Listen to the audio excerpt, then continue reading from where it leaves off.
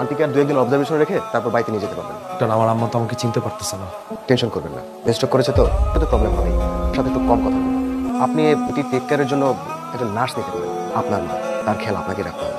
গত 1 মাস যাবত হসপিটালে আমি দৌড়াদৌড়ি করতেছি। নিজে কি ট্রমার মধ্যে আছি সেটা কোনটা আমি টের পাইতেছি। আমার আম্মা যে কবে সুস্থ হবে। ইনশাল্লাহ উনি দ্রুত সুস্থ হয়ে যাবেন। এই ছেলে, এই এদিকে এসো। আমার ছেলে পলাশকে ডাক দাও। মা আমি তো তোমার ছেলে পলাশ। মিথ্যা কথা। আমার ছেলেকে ডাকো, পলাশকে ডাকো। তোমার সমস্যাটা কি বলাস? হ্যাঁ, তুমি অফিসে আসো দেরি করে যাও তাড়াতাড়ি, এরপর অফিসে সারাদিন ঘুমাও, তখন অফিসে যেতে পারে না। তারপর তুমি অফিস থেকে 10 দিন করে টানা ছুটি না, মানে এ অসুস্থ, তোমার ও অসুস্থ, এগুলি কি? স্যার আমার আম্মা অসুস্থ। আমি জানি আন্টি অসুস্থ, কিন্তু এর মানে এই না যে পুরো অফিসটা তোমার বাসা নিয়ে আমি সেট করে দিব। স্যার আমি আপনার কাজগুলো করে দিচ্ছি।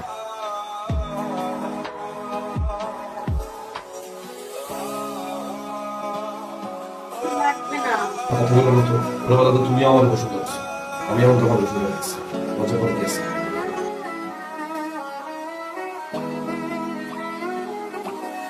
আন্টির এই অবস্থা, কিন্তু একলা কেমনি কি করবে? আমি কিছুই বুঝতেছি না। একদিকে অফিসের চাপ, একদিকে নার্সও আমার কোনো টেক কেয়ার করতেছে না। কি যে করবো টেনশনে মাথায় কাজ করতেছে না আমার। আন্টি আমার একটা জরুরি ফোন আসছে, আমি একটু কথা বলে আসি। হ্যাঁ, এই যে এখানে বেলটা রেখে গেছি, যদি আপনার কিছু লাগে আপনি বেলটা চাপ দিলে হবে, তুমি চলে আসবো।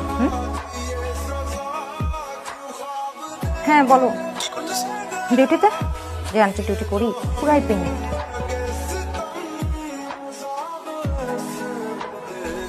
আন্টি কি লাগবে আপনার? কি করলেন আন্টি? আপনাকে আমি বারবার বলে গেলাম যে বেলটা এখানে রেখে গেছি, যদি আপনার কিছু দরকার হয় আপনি বেলটা চাপবেন। কেন চাপলেন না? আপনার কি মনে হয় আপনার মতো একজন বয়স্ক মানুষের বাথরুম ক্লিন করা কি মুখের কথা? হ্যাঁ, লাগবে না তোমারে, যাও। আমি চলে গেলে এগুলো ক্লিন কে করবে? আমার তো মনে হয় আপনি ইচ্ছা করে এগুলো করেন।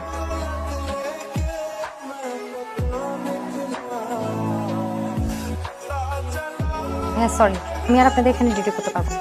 কেন, কি সমস্যা? আমি তো আপনাকে বললাম আমি টাকা বাড়িয়ে দিচ্ছি। ঠিক মতো একজন বয়স্ক মানুষ প্রত্যেকটা দিন বিছানার মধ্যে বাথরুম করতেছে, আর সেগুলো আমার ক্লিন করা লাগতেছে। এটা তো চারটিখানি কথা না। আমার তো মনে হয় আন্টি ইচ্ছাকৃতই বিছানা বাথরুম করে। ইচ্ছাকৃতভাবে একটা মানুষ বিছানা বাথরুম করেন, আম্মা হয়তো বা বিলটা চাপ দিতে পারেনি। যাই হোক, আপনি কালকে থেকে এখানে আসা দরকার নেই। ইউ ক্যান গো না। আকর বড় করে আকর। তালাকে ফোন দিছিলি, কবে আসবে? আসবে না। সবার সংসার আছে না, সবাই কি সবার সংসার কাজ কাম বাদ দিয়ে এখানে এসে বসে থাকবেন নাকি? লাগবে না কাউকে, তোকে বিয়ে দিব, বউ আসবে, ও তুই আমার সেবা করবি। আমি তোমার ছেলে, আমি তোমার সেবা করতেছি, একটু কি হ্যাপি থাকবে? কোনো মেয়ে বিয়ে করে এখানে নিয়ে এসে নার্সের কাজ করবে নাকি? আজকালকার যুগে মেয়েদেরকে তুমি চিনো? অসুস্থ শাশুড়ির বাথরুম পরিষ্কার করবে, জামা কাপড় ধুবে, এত ভালো মেয়ে আছে এখন আর? কোনো বাপ মা যদি দেখে যে শাশুড়ি অসুস্থ, ওই বাপ মা ছেলের কাছে মেরে জীবনে বিয়ে দিবে না। আম্মা আজারের কথা বলে না তো, ভাত খাওয়াইতেছি, ভাত খাও। মাথা ব্যথা করতেছে আম্মা, সারাদিন অনেক প্যারা নিয়ে অফিসে থাকি। বাসা আসার পর তোমার জামা কাপড় দাও, বিছানা পরিষ্কার করো, ওষুধ খাওয়া, ঘুম পাড়াও, সকালবেলা উঠে আবার অফিসে যাও। একই লাইফ চলতেছে আম্মা আমার। আমার অফিসে কলিগদেরকে আমি দেখি না, একজন বিয়ে শাদী করে হানিমুন করতে থাইল্যান্ড যাইতেছে, কেউ বিয়ে প্রিপারেশন নিতেছে, ফার্স্ট নাইটে চিল করতেছে, কি সুন্দর লাইফ ওদের। আর আমি কি করতেছি? অফিসে গিয়ে অফিসের কাজ করো, বাসায় এসে বাসার কাজ করো, একই রকম রুটিন আমার। ছেলে হিসেবে যদি ন্যূনতম আমার ভালোবাসতা, তাহলে তাড়াতাড়ি সুস্থ হয়ে যেতাম। এরকম দিনের পর দিন করে থাকতাম। সব আজারে চিন্তা করে করেন যে শরীরটা আরো খারাপ করতেছে। ধরো খাবো না। আম্মা, ভাতটা খাও, খায়া ওষুধ খায় ঘুমাও। ছেলে হিসেবে যে ন্যূনতম আমার প্রতি দরদ থাকে, তাড়াতাড়ি সুস্থ হও। নাও। খাবো না। পুরো আম্মা ভালোই লাগে না আমার নাটকগুলো। সারাদিন অফিস করে আইসা আমার বিরক্ত লাগে আম্মা, অন্তত সবকিছু থেকে পালাই যেতে।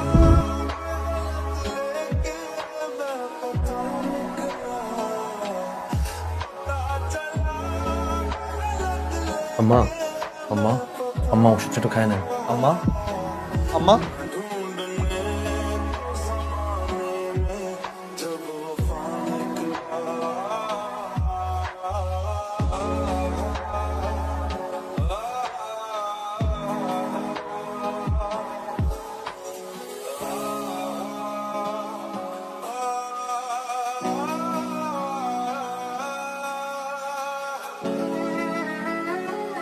পলাশ, তুই চিন্তা করিস না, বিয়ে তো তোর করা লাগবে। বিয়ে ছাড়া তো তুই থাকতে পারবি না। তাছাড়া আন্টি অস্থির হয়ে যাচ্ছে।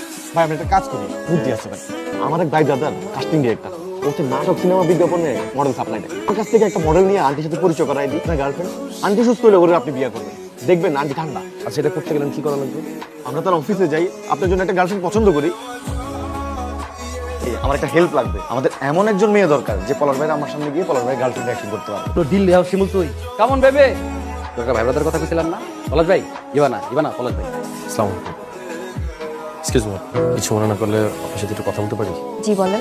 আমার নাম পলাশ, আমি ছোটখাটো একটা জব করছি। আমি আপনাকে কথা দিচ্ছি, আপনার কোনো কিছু নিয়ে টেনশন করতে হবে না। দিন আমার বাসায় যাওয়ারও প্রয়োজন নেই, সারাদিন থাকতেও হবে না, মাঝে মধ্যে আম্মাকে দেখে আসলেই হবে। আসলে আমার আম্মা খুব অসুস্থ, তার উপরে আমার বিয়ে নিয়ে খুব টেনশন করতেছে। এই মুহূর্তে আপনার হেল্পটা আমার খুব প্রয়োজন। আপনি যদি আমাকে হেল্পটা করেন, সারা জীবন আমি আপনার প্রতি কৃতজ্ঞ থাকবো। আমার মায়ের জন্যই আমি এত সব কিছু করতেছি আপু।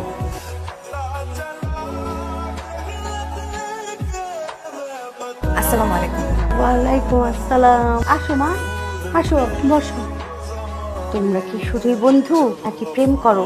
আমরা একজন আরেকজনকে পছন্দ করি। শুনো, তুমি মাঝে মাঝে আসবে আমার কাছে, ঠিক আছে? হ্যাঁ, আমার কিন্তু তোমাকে খুব পছন্দ হচ্ছে। আজকে যে বাসায় মেয়েটা আসছিল, সেই মেয়েটার সাথে তোর বিয়ে দিব। মেয়েটা কি সুন্দর। ঠিক আছে, তুমি সুস্থ হও, তারপর আমার বিয়ে দিও।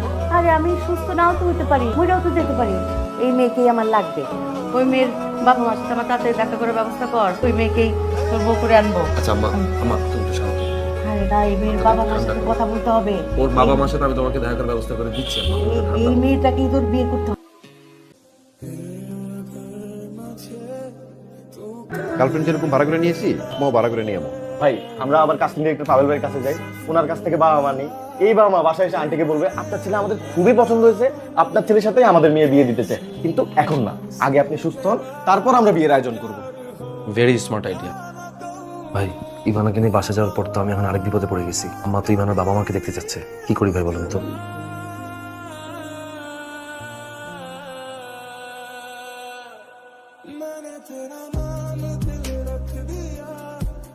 আসসালামু আলাইকুম। আমি তো অসুস্থ, আপনাদের জন্য তেমন কোনো আয়োজন করতে পারি নাই। আপনি কিছু করবেন না ভাই, আপনাদের মেয়েটারে আমার খুব পছন্দ। এই মেয়েকে আমার একমাত্র ছেলে বলা, আমার কলিজার টুকরা ছেলের বউ করে নিতে চাই। আলহামদুলিল্লাহ আপা, কোনো সমস্যা নেই। আপনার ছেলের সাথে আমার মেয়ের বিয়ে হবে। আপনি আগে সুস্থ হন, তারপর। আরে আপা, আমি যদি আর সুস্থ না হই, যদি মারা যাই, আমি জীবিত অবস্থায় আমার সংসারে আমার ছেলের বউ রাইখা যেতে চাই।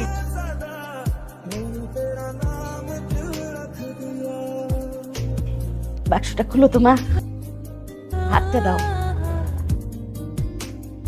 আপনাদের মেয়েরে আমার একমাত্র ছেলে পলাশের বউ করে নিলাম। আপনারা বিয়ের আয়োজন করেন। মিথ্যা কথা লেগা এখন 10টা মিথ্যা কথা কইতেছে। আমরা একটা কাজ করি, আমরা আন্টির গিয়ে বলি মেয়ের ফ্যামিলি এখন বিয়ে দিতে চাইতেছে না, ওরা আরো সময় চাইতেছে। না না, আমাকে এখন এসব কথা বলাই যাবে না। আমাকে এগুলো বললে আমার ব্রেনের উপর আরো প্রেশার পড়বে। এখন আমাকে রিয়েল লাইফে একজনের বউয়ের ক্যারেক্টার করতে হবে না? মানে মিডিয়াতে কাজ করতে আসছে দেখি কি আমার কোনো আত্মসম্মান বোধ নাই নাকি? মানে টাকা দিলে সব হয়ে যায় নাকি? আমি আসলে আমার আম্মাকে দিনের পর দিন মিথ্যা বলে যাচ্ছি, শুধুমাত্র আম্মাকে শান্ত করার জন্য। আমি জানি না কতদিন আমার আম্মাকে এভাবে মিথ্যা বলে যেতে হবে। শুধু এতটুকু বুঝতে পারতেছি, আমার এই মিথ্যা কথাগুলো আমার আম্মাকে খুব স্বস্তি দিচ্ছে। আমার আম্মা যদি কখনো বুঝতে পারে না আমি আপনাকে নিয়ে আমার কাছে মিথ্যা কথা বলছি, আমার না নিতে পারবে না। প্লিজ।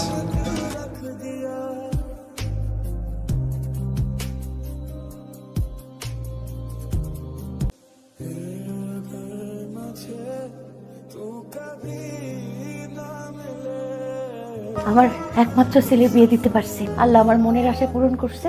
পুরো একটা সংসার তোমার হাতে তুলে দিলাম। আমার পলাশ খুব লক্ষ্মী ছেলে, খুব নরম মনের মানুষ। তোমার হাতটা দাও তো আমার মাথায়, তোমার মাথা ছুঁয়ে কথা দাও। আমার পলাশকে ছেড়ে কোথাও যাবা না, কথা দাও। কথা দিলাম মা, আমি পলাশকে ছেড়ে কখনো যাব না। আম্মা কোনো পেইন দেয় নাই তো? Thanks for everything. আমি আজকে আপনার মায়ের মাথা ছুঁয়ে একটা মিথ্যা প্রতিশ্রুতি দিয়েছি যে আমি আপনাকে ছেড়ে কখনো যাব না। আপনি আপনার মাকে সব সত্যি কথা বলে দিলেই পারতেন, কেন করলেন ওনার সাথে এমনটা?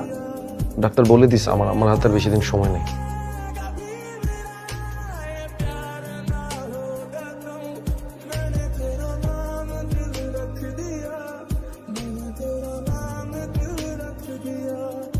Good morning. আপনি ফ্রেশ হয়ে নেন, আমি আপনাকে চা বানিয়ে দিচ্ছি। না না, আপনি পারবেন না, আমি করে দিচ্ছি আপনাকে। সমস্যা নেই, আমি পারবো। আপনি ফ্রেশ হয়ে নেন। মা,